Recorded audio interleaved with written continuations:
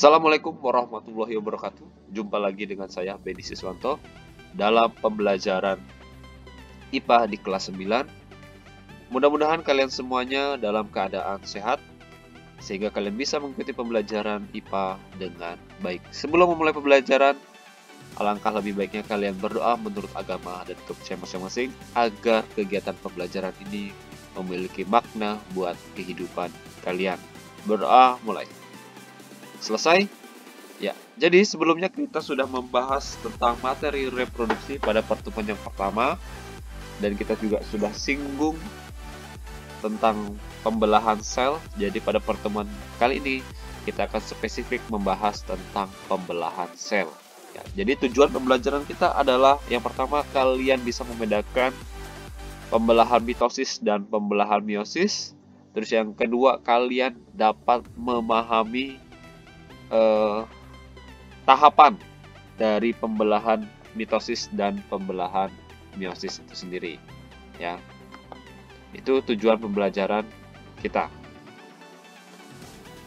Nah, sebelum kita lanjut ke materi, Bapak akan ulas sebentar tentang materi yang sebelumnya.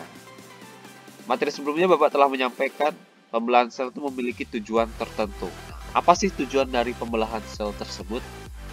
Oke, ada yang masih ingat? Ya, jadi kalau ada yang masih ingat, silahkan tulis di kolom komentar. Apa tujuan dari pembelahan sel, khususnya pada manusia? Oke, ya. Jadi, Bapak sampaikan bahwa tujuan dari pembelahan sel adalah yang pertama untuk pertumbuhan. Ya, jadi tujuan dari pembelahan sel itu adalah untuk pertumbuhan. Kita bisa lihat manusia itu bertumbuh dari anak-anak hingga dewasa, tentu ada perbedaan volume tubuhnya. Ya, nah itu bertambahnya volume tubuh itu disebabkan oleh pembelahan sel. Yang kedua, untuk memperbaiki sel-sel yang rusak akibat luka, ya, itu diperbaiki melalui proses pembelahan sel. Yang ketiga adalah untuk reproduksi. Ya, jadi untuk reproduksi ini khusus pembelahan sel kelamin. Jadi itu adalah tujuan dari pembelahan sel yang ada pada makhluk hidup. Oke, kita lanjut ke sebelumnya kita sudah bahas tentang pengertian dari pembelahan mitosis dan pembelahan meiosis. Mudah-mudahan kalian masih ingat. Ini Bapak review sebentar. Jadi pembelahan mitosis adalah pembelahan yang terjadi pada sel tubuh atau sel somatis. Nah, kalau pembelahan meiosis itu adalah pembelahan yang terjadi pada sel kelamin. Itu secara umum perbedaannya. Nah, kita akan bahas secara spesifik tahapan pembelahan pada kedua jenis pembelahan tersebut. Nah, yang pertama adalah pembelahan mitosis, ya. Jadi pembelahan mitosis ini Bapak ulang lagi, pembelahan yang terjadi pada sel tubuh manusia. Ada 4 tahapan. Ada profase, ada metafase, ada anafase, ada telofase. Nah, ini adalah tahapan pembelahan sel. Kalian jangan bingung dulu. Oke, kita akan bahas masing-masing per tahapan, ya. Jadi pembelahan sel itu dimulai dari tahapan profase. Ya. Apa sih yang dinamakan tahapan profase? Nah, ini adalah gambaran tentang sel manusia. Ya, ini adalah gambaran dari sel tubuh manusia. Pada tahapan profase, ya, jadi ini dinamakan tahapan profase. Tahap pertama ini namanya profase. Apa yang terjadi dalam tahapan pertama atau dalam tahap profase? Yang pertama adalah kromosom memadat. Ya, nah, ini adalah bentuk kromosom manusia. Nah, kromosom itu apa sih? Jadi kromosom adalah materi genetik yang berperan dalam pewarisan sifat. Jadi yang menentukan sifat tubuh dari manusia itu adalah kromosom ini. Jadi yang diwariskan ke siapa? Diwariskan ke anakan, dari sel induk ke anakan. Contohnya induknya berambut keriting. Ya, nanti anakannya akan berambut keriting, berkulit sawo matang ya, anaknya berkulit sawo matang. Nah, yang menentukan pewarisan sifat ya ini, yang mengatur pewarisan sifat pada manusia itu ya kromosom ini.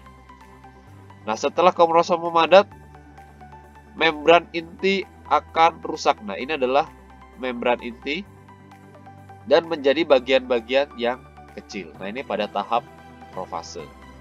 Nah, untuk tahap yang selanjutnya yaitu adalah tahapan metafase. Jadi setelah kromosom itu memadat, membran inti itu rusak dan menjadi bagian-bagian yang kecil, ini menjadi dua bagian, ya. Maka dilanjutkan dengan tahapan metafase. Nah, dalam tahapan metafase apa yang terjadi? Nah, ini kita lihat kromosom sejajar pada bidang pembelahan. Nah, ini ya. Jadi kita lihat kromosom berjajar. Ini adalah karakteristik dari tahapan metafase. Ya. Terus untuk tahapan selanjutnya, tahapan anafase. Nah, untuk tahapan anafase, di sini kita lihat kromosom bergerak menuju kutub yang berlawanan. Satu bagian ke arah kutub yang di sini dan satu bagian lagi ke arah kutub yang di sebelah sini. Jadi sudah mulai ada tanda-tanda untuk melakukan pemisahan. Nah, terus jumlah kromosom pada kutub yang sama, jadi sama semuanya. Oke, ini tahapan anafase. Nah, untuk tahapan akhir, tahapan telofase, membran inti mulai bergabung terbentuk sel anakan yang bersifat diploid. Nah, seperti yang dijelaskan sebelumnya, bahwa hasil dari pembelahan mitosis itu kromosomnya bersifat diploid atau satu pasang atau utuh ya. Nah, ini. Jadi pada tahapan telofase kita lihat sel sudah mulai terbelah menjadi dua bagian dan betul-betul menjadi dua sel yang utuh.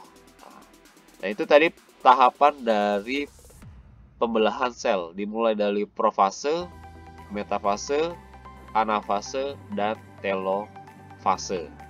Ya.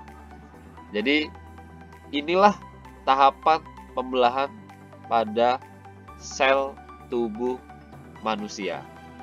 Ya, jadi kenapa dulu kalian kecil, sekarang bisa besar, berat badan kalian bertambah. Nah, pembelahannya tahapan seperti ini.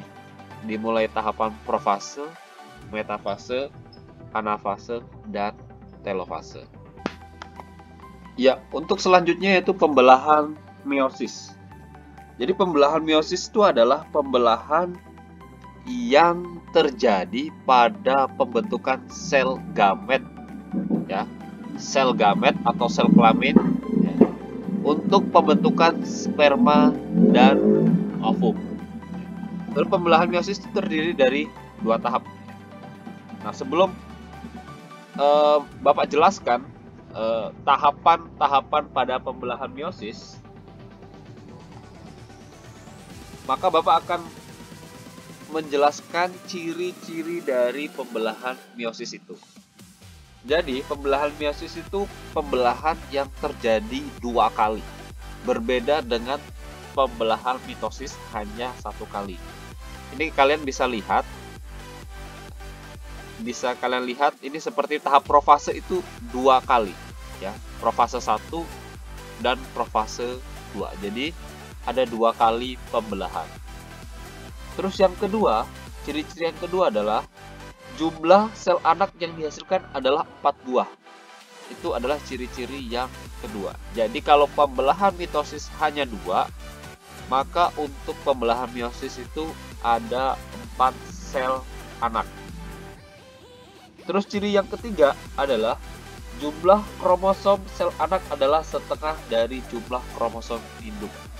Jadi kalau sel induknya bersifat diploid atau 2, maka sel anaknya itu bersifat haploid atau setengah dari induknya. Terus ciri yang kelima, pembelahan meiosis ini terjadi hanya pada sel kelamin ya. Kalau pembelahan mitosis pada sel tubuh, maka pembelahan meiosis ini terjadi pada sel kelamin. Dan ciri yang terakhir adalah tujuan dari pembelahan mitosis agar generasi berikutnya mempunyai jumlah kromosom yang tetap. Ini adalah tujuan dari pembelahan meiosis. Oke, itu adalah ciri-ciri dari pembelahan meiosis ya. Nah, ciri-ciri tersebutlah yang membedakan dengan pembelahan mitosis. Nah, kita akan bahas tahapan-tahapan pembelahan meiosis. Seperti yang dijelaskan di awal tadi, bahwa pembelahan meiosis itu adalah pembelahan yang terjadi selama 2 tahap ya.